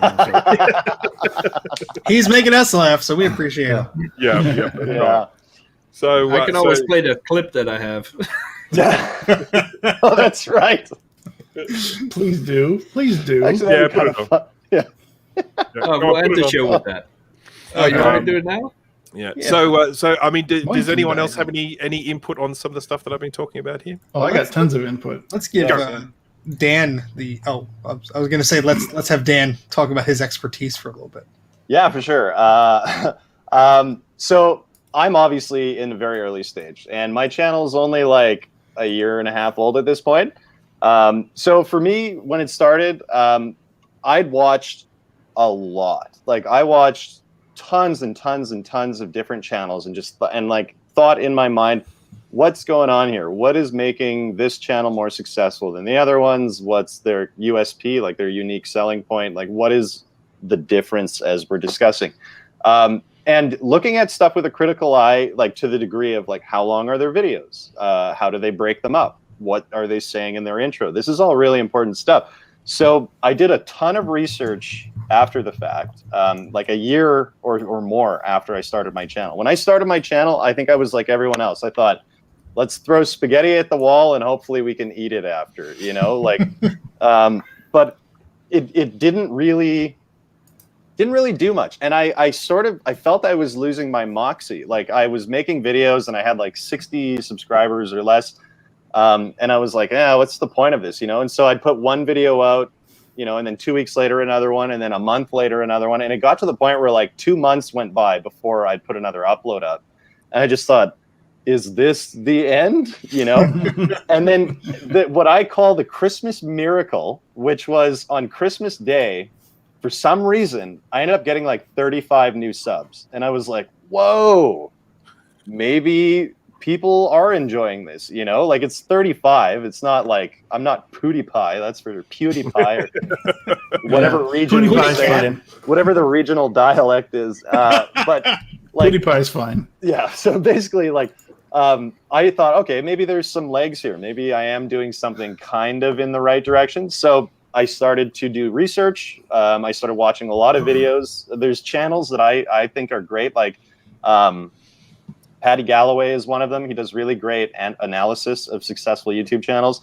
And, a lot of those videos were about vloggers, right? So a lot of the stuff they're saying doesn't apply to what we do. Like, we're not going to be like, what's up, YouTube? Today we're taking a part of it, Oh, my God. Oh, God. What's up, guys? Smash that like button, So like, do what you have to do. Like, that's stuff that drives me nuts, right? Like, I don't like it, but that's what vloggers do. So he's that kind of stuff he pointed out, and I was like, that's not going to work for me. But what else is here? So things like thumbnails are really important. Titling your videos is very important. Pay attention to your descriptions. The first line in your description actually previews on certain formats as like the sales line for the title of your video, right? So pay attention to all of those things. And then moreover, show people that you enjoy it, you know, like have fun while you're doing it. It sounds cheesy and it sounds like something like an old guy would say to a young chick at McDonald's, but like it's true. Like people don't want to watch someone be like, oh God, here we go again, you know, like I can think of someone's channel that is, I was thinking the same. I think we're all thinking the same one. I don't understand what's going on here. Yeah. so like basically, France. you know, be enjoyable and have fun yourself. That's my best advice, right? And we happen to have an example of the way you have fun. If it's Yeah, a good time. Let's do it. Oh God. Right. This is how one of Dan's videos recently ended. Let's see.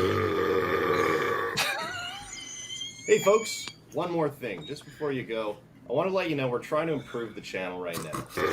As it stands, I film on a Galaxy S9 phone with a crack in the screen, and my tripod is being held together with tape because the adjuster unthreaded itself inside the threads of the nut that keeps everything tight, that controls whether the camera goes up or down.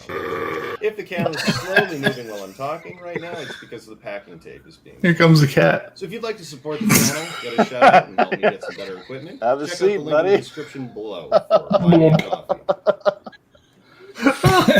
how many takes? I am- How many takes did that take? How many takes? One. Now, I am an adult. I'm an adult. I'm a dad. I am pushing 40 years old. But farts and burps will get me every time. And I appreciate that it's out there. So that's my suggestion. I gotta say, no farts on the channel. I there's a line that I draw and it's farts. I will one. die What on you this hill. said. One Farts video you and said, you know, I cannot sometimes- stop farting. You Well, said. yeah, I do say that. Yeah, I say that a lot. Sometimes I'll make that like the little line at the bottom of your login screen on an iMac, but I don't physically fart on the channel.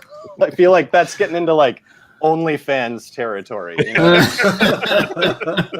He draws the lines at farts and cat butts. Yeah, Speaking of, yeah. do you want to share the link to your OnlyFans page? It's just a lot of belching. That's all it is. do some belching ASMR.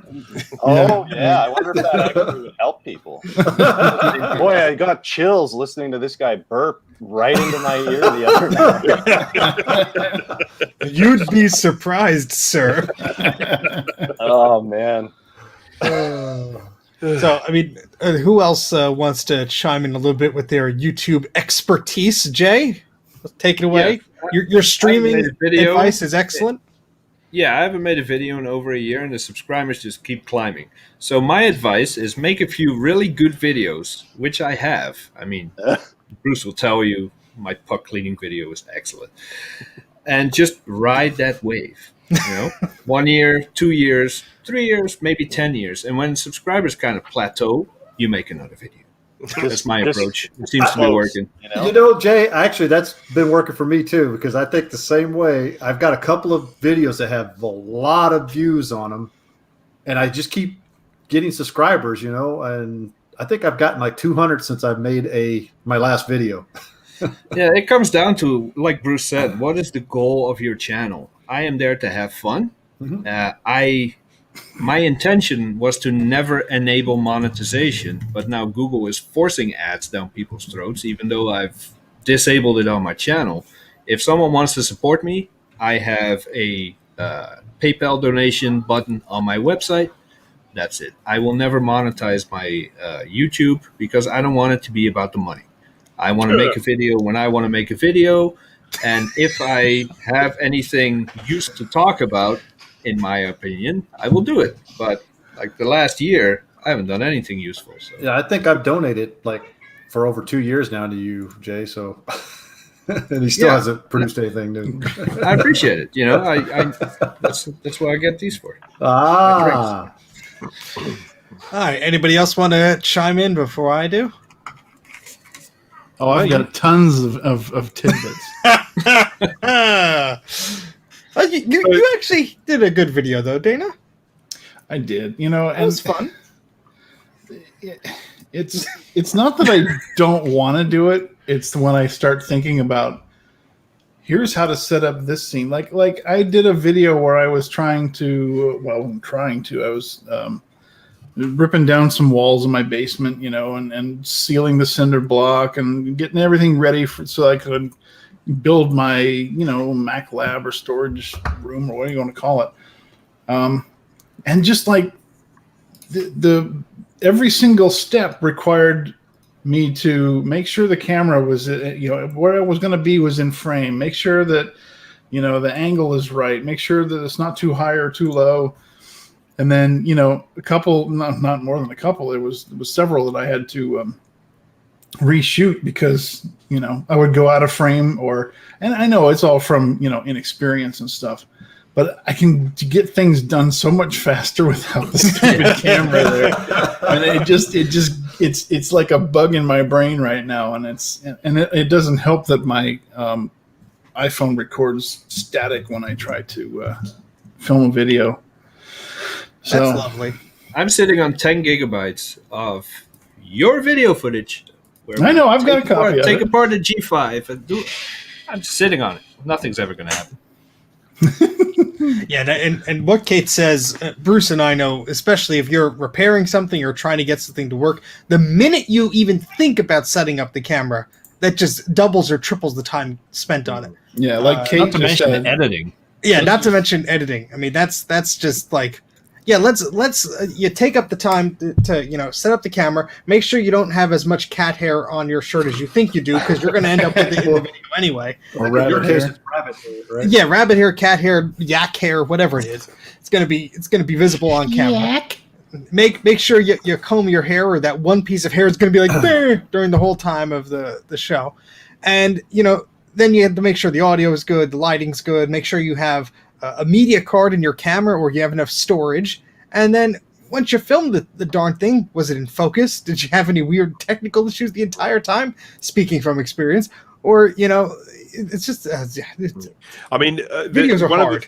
One of the things that I do when I'm recording things like intros and stuff for my videos, I preview the footage immediately. You know, I will go down, then I'll record it with the mic on and all that sort of stuff, and then I'll take the card out of the camera.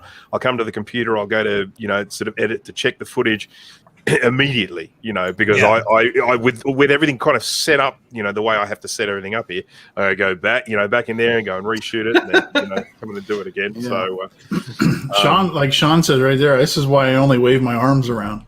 yeah, He's got, you know, a good solid set of camera angles that he uses, and I that's thought you were going to say a solid set of arms. Well, that too. I mean, let's be He's fair. The man finished. could be a hand model. Yeah, I was going to say he probably was a hand model. He's got those It's Popeye actually- forearms. Yeah, it's a really good point, because I mean, this again, it's another one of these things where we're talking about another retro, you know, computer channel that you know that Sean has set up, but Sean has gone and created this point of difference. I mean, he has this. You know, he has these very definite goals about what he's doing. I mean, he spends a lot of time getting these computers to do things they weren't designed to do. He does it all with that sort of that camera angle and the hands flailing around. And of course, his voice is incredibly distinctive. And it's a real style. There's a real style about, you know, what he is producing. Yeah, it's totally. And Yeah, his voice is so distinctive that you shouldn't stand next to him at computer expos, or you'll be told that your videos are too long. oh yeah, you're that Steve guy. Your videos are too long.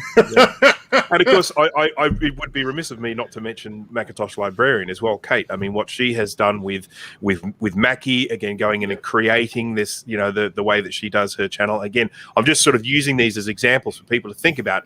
If I am wanting to enter this same stage with these people, what am I going to bring that is going to be my point of difference? What am I going to bring that's going to make people want to watch them? So, I mean, just very quickly, with I've broken down, all of this YouTube stuff into lots of different topics, and we'll just cover whatever we can in the time that we have at the end of the shows. This one, I'm just talking about the goals. I've got other topics about equipment, about getting monetized, about building hours, sort of all that sort of stuff. So we will move along and get into those as time goes on, and that may not necessarily be in this show. It might be another show. But as I say, I wanted the focus at this stage just to be about the goals. Well, one thing I wanted to put in there too, Bruce, was I don't know if anybody watched. I know everybody probably knows who Ken is from Computer Clan. Before he was ever on MacYak, he never ever showed his face. The first time he ever showed his face was actually when he came on MacYak, and then he started making videos on his channel with his face after that. He even told me, he says, being on MacYak with his face shown gave him more confidence, and he was able to actually do the videos. I mean, I'm not saying we were going to take credit for that, but but it helps. I didn't start my channel until I was in one of Grudy's videos. When he was here, I was like, I don't want to be on camera. I mean, I'm incredibly handsome, but I don't think the world is ready for that. Then he insisted that I was in one of his videos when he came to pick up a bunch of stuff, and I was like, yeah. It's not that bad. I might as well do it. And since then, I think I've only shown my face in 2 of my videos, but you get the idea. Well, it may surprise you, the guy who does way too long videos and yammers on, never shuts the hell up. I know that guy. I used to. Oh wait, that's you. I used to. Yes, it's me. Unfortunately, I used to hate speaking in any type of public realm. I hated presenting. I couldn't stand the sound of my own voice. I still can't. And I just was very much introverted to not wanting to do those things. I thought, well, I could, I'll film this or I'll film that. I don't want to use my voice, and I don't want to be in the thing. And well, that had to change because I wanted to present something, and who else am I going to get to do it? I can't afford to bribe anybody to do it for me. So I just said, you know what, we'll just do that. And I shoved myself out there in 2017 or whatever it is, and started doing what I did. And I think everyone has made blunders. My first few videos were a bit silly, but you learn from them. And I sort of developed what I am comfortable with doing, and you will eventually get into your own groove and your own editing style. You'll find a voice. I mean, you start out where you feel comfortable with, and you will find grooves of where you fit well. I'm finding a lot of fun editing things a little bit differently. I did that Video Vision video about that radius card, and the thing just didn't work, so it just took on a whole different editing style of, hey, this is how this works, to this stupid thing. And so, depending on the project, things happen, and you got to. That's when it got better, because your strength is the rant. See, that's what everyone tells me. So there you go. You just have to make me all whiny and use my high pitched voice, and I guess that gets the views in. But like when the angry Arnold comes out, we know we're in for a treat. Exactly. Wait, you have a low pitched voice? Oh my god! So Dan, I will spare you from the historical nature of our insanity, but just nod and smile. I think it feels right at home. It's a good point though about the sound of your own voice. I mean, it's sort of it's something that I can tell you with time you do get used to. But I remember many years ago, sort of hearing the sound of my own voice and going cringing. But it means nothing to me now. I hear it and That's honestly why I stopped making videos. My voice, to me, and feel free to nod and agree, is so monotone. I just can't stand my own voice. The way you're speaking now isn't monotone, but I think like when you are reading something, you sort of get into this mode, and we've all done it, where if you're not like acting, you get sort of like in this weird monotone space where it's like, the Macintosh clone computer project was started in 1993. I mean, anybody is going to, Well, that's the thing. I don't read from a script. I try. You made me try once, and I completely ignored the script. But when I make a video, I usually start setting up at 2 a.m. So by the time I start recording, I'm just chill. The window's open. I go, Hey, it could yeah. be So this is a puck mouse. I put myself to sleep. it could be a Rutkay Mods video, and you could bleed over everything. You know? Well, just Those name are it. exciting. Name it the Sleepy House of Moth, and that's going to be your new channel. And there you go. It'll be nice and relaxing for people. They just get off a hard day of work. They don't want somebody going, "Hey guys, what's up? Smash that thing, do the." You know, they just want, "Hey, get clean this puck mouse." Yeah. Speaking of which, Smash that like button. If you have not thoroughly smashed, caressed, looked at, thought of pushing that like button, please do that. It Or does is- help our channel grow. As Dan would say, take a dump on it. There you go. As long as the button material. gets pushed to a degree, that's fine. Yes. Yes. I have a question for Dan. If we're done with the topic, if there's more to add, I'll hold off. No, Well, I I'm think done. I think as I say, we'll do it as a series, and in future shows. I think we've done enough for this show. So yeah. Oh, here's the number one rule to bring it all together. Just be yourself. That's what's really cool. yes. After school Unless- special. Unless you suck, in which case be someone else. By all means, be someone else. Our claim to be someone else. So my question, completely Toby, you're doing it unrelated, wrong. is do you have your failed stand-up comedy on video somewhere? I would love to see it. Yeah. Well, you know what? No. I'm not by calling it failed. It's what ended up happening was in Canada, there's not a lot of spots for people, especially living in Manitoba and not Toronto or British Columbia or Ontario or British Columbia. So it's tough. There's a lot of guys that have really great incomes from stand-up and they protect it. And it's, lots of people make it work. After about 8 years of being broke, I was like, I don't think I can do another 22 of this because they call it the 30-year rule in stand-up. You don't make it until 30 years have gone by. Yeah. Look at Bill Burr. Well, and he was grinding forever, and he used to be an alcoholic, and then he finally, ditched the booze and started taking it serious. Exactly.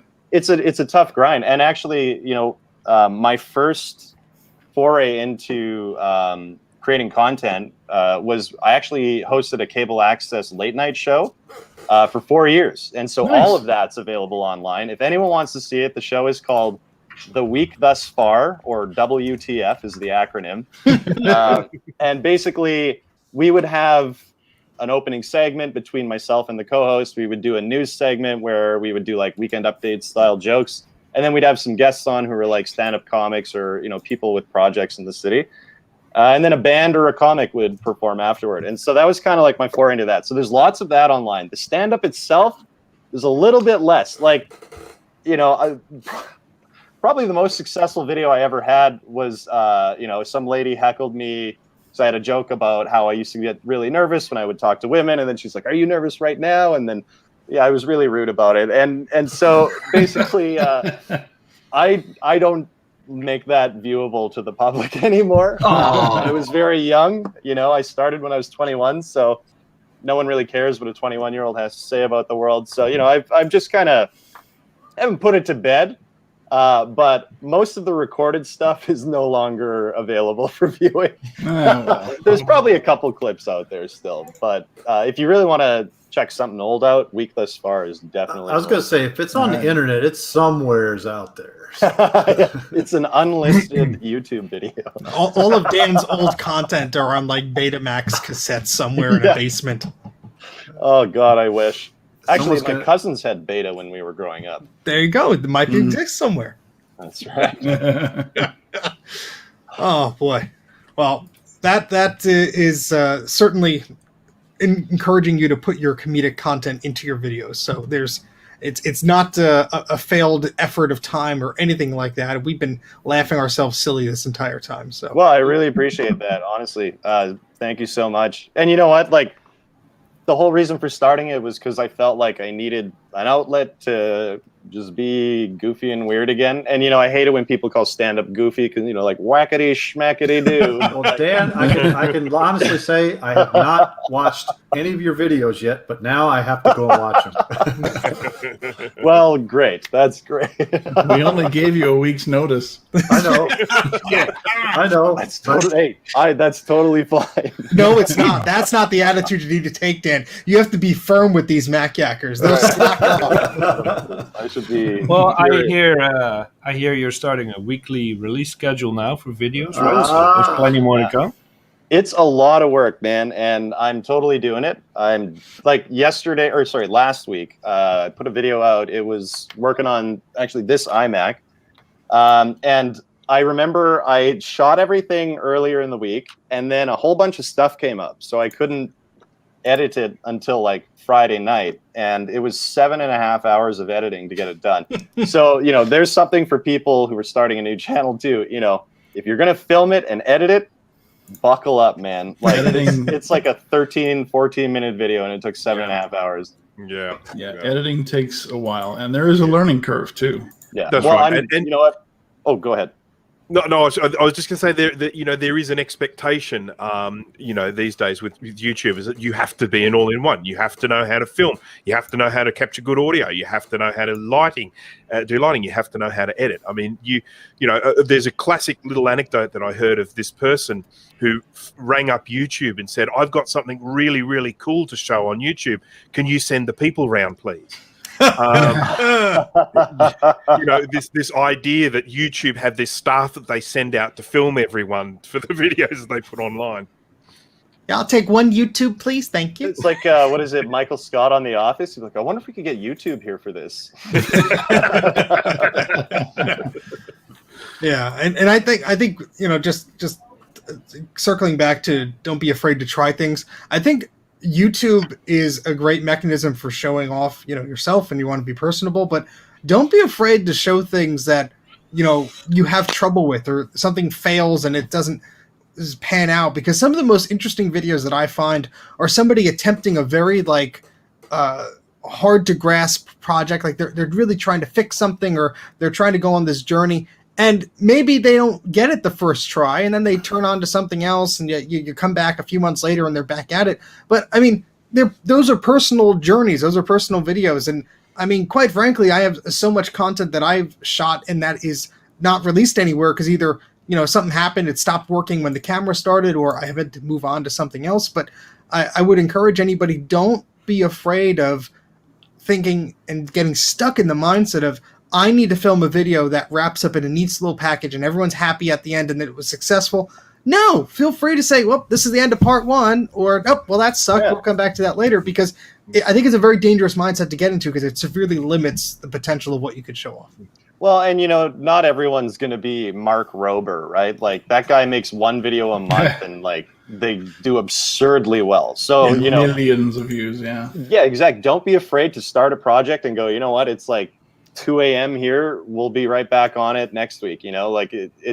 It's allowed. Yeah, I think, and as far as schedules go, I know personally right now, I would love to put out a scripted video once a week, and I was able to do it like a few weeks in a row, and then I just burned the heck out of myself. So I was like, nope. But if your schedule allows, that's great. But also, I'm thinking okay, well, maybe every 2 weeks, or maybe every 3 weeks, or every 2.5 weeks, or whatever. And it's like, you have to allow yourself some flexibility. Otherwise, there is the possibility that you will hurt yourself and there's also, discourage yourself. There's some good little tricks you can do if you do want to have that regular upload schedule. For example, a couple days ago, my brother and I filmed a bunch of stuff, and basically, the series is going to be a millennial guesses of the year of classic Macs, and then a millennial guesses the original price of a classic Mac. And so we did it all at once. And every time, he would do a guess for the year, he would take off his sweater and just have his regular shirt on. And then if we would do the price, he'd put the sweater back on. And then we recorded 2 intros and 2 outros, both wearing the same clothes that we had for each one.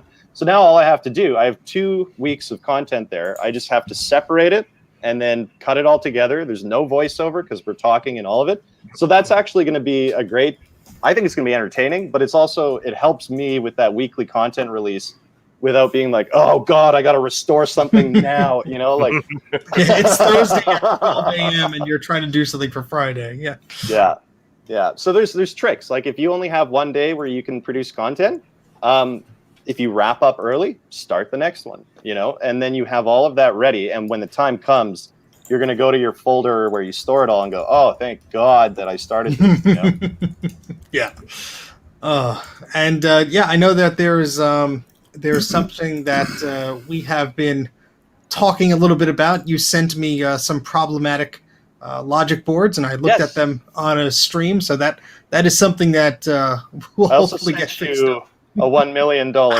Let's not forget. Yes. Let's not forget. Dan sent me a $1 million bill, and the gall of this guy, he signed somebody else's book. Yeah. Okay. You know, John Grisham signed enough books in his lifetime.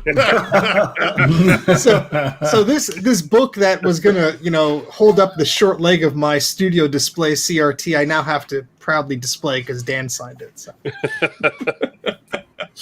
So look forward to Dan's channel. Make sure you subscribe to the Canadian Computer Collector on YouTube, and I'm going to be trying to help revive some boards there. The link to his video channel on YouTube and I'll be loitering around your live streams. Yes, I hope you do. So when you fall asleep and you wake up and I'm still talking, that's just normal. So just so you know. But just make sure you watch us every Thursday night too. His live streams or Macyak live stream?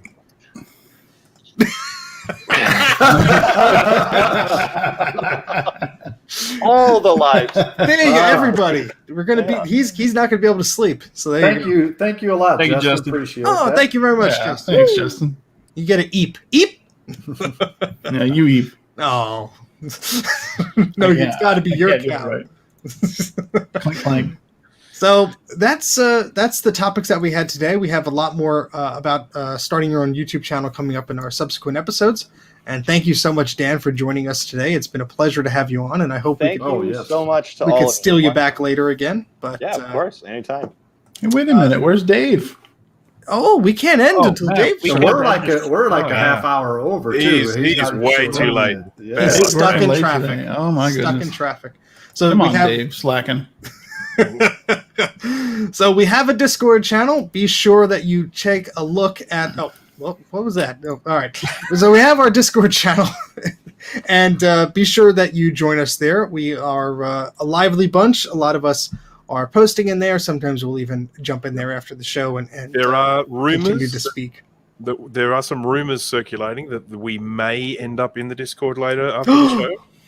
Yep. Ooh, after party. Yeah. Buy All your the tickets belching now. you can handle. All the fart videos you can handle, right? No, what we those do are on on the private channel. That's why I said that's the after show. I think my man Fred might want to skip that one. Yeah. For those with sensitive ears. Oh boy. But thank you very much for tuning in. We hope to have a great after party on Discord, and make sure you like the video, subscribe to the channel here on MacYak. We only do a video once a week, so you'll get that notification. You may get notifications of other videos that we are doing, these little tech tips that will be posted shortly. So you'll get a notification. You'll be like, oh, yeah, MacYak's going. No, it's just a little video that to whet your appetite for the next week. So, Just as awesome, though. just as awesome. Yeah. You get all the same smiling faces and burps. So there you go. Fred says he'll pass. I knew it. Aw. I'm sorry, Fred. All right. Have some adventure. Thanks. Thank you for all the super chats. Yes, thank you everybody for all the support that you've given us in this show and all the others. Thank you very much for the super chats, and I think we're gonna say goodbye. So goodbye, everyone. Thank you very much for joining. We'll see you next time. Bye. Adios.